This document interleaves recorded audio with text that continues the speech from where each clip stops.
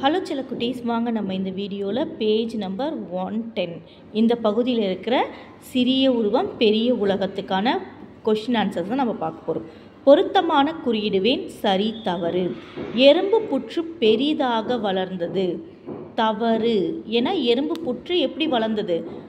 அப்படியே தான் இருந்துச்சு. அந்த கண்மணி தான் வந்து வளர்ந்தா. கண்மணி எறும்பாக மாறிவிட்டாள். தவறு. ஏன்னா அவள் சின்னதாக தான் மாறினா. நீரோடியில் வாத்துகள் நீந்துவதை பார்த்தாள். தவறு. அங்கே என்ன இருந்துச்சு? மீன்கள் தான் நீந்திட்டு இருந்தது. நீரில் நீந்த வேண்டும் என்று கண்மணி நினைத்தாள். கரெக்டு.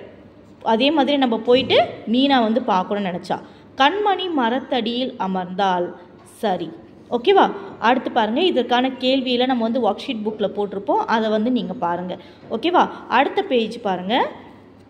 முதல் சொல்லோடு தொடர்புடைய அடுத்த சொல்லை எழுதுவோம்.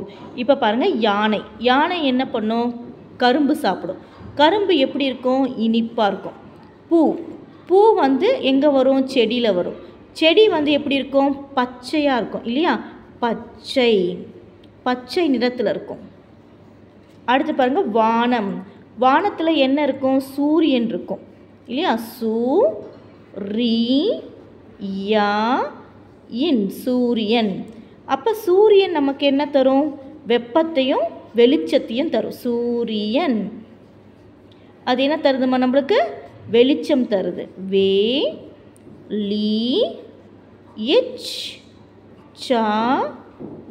வெளிச்சம். பால். பால்லேருந்து நமக்கு என்ன கிடைக்கும்? பால்லேருந்து தயிர் கிடைக்கும் இல்லையா? தயிர்.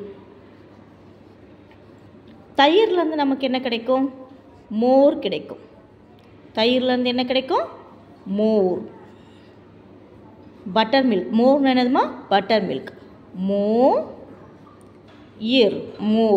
அப்போ தயிர்லேருந்து நமக்கு மோர் கிடைக்கும். ஓகேவா? நீங்களும் இதே மாதிரி அழகாக எழுதிக்கிங்க. எழுதிட்டு நம்ம நெக்ஸ்ட் கிளாஸில் பார்க்கலாம். தேங்க்யூ.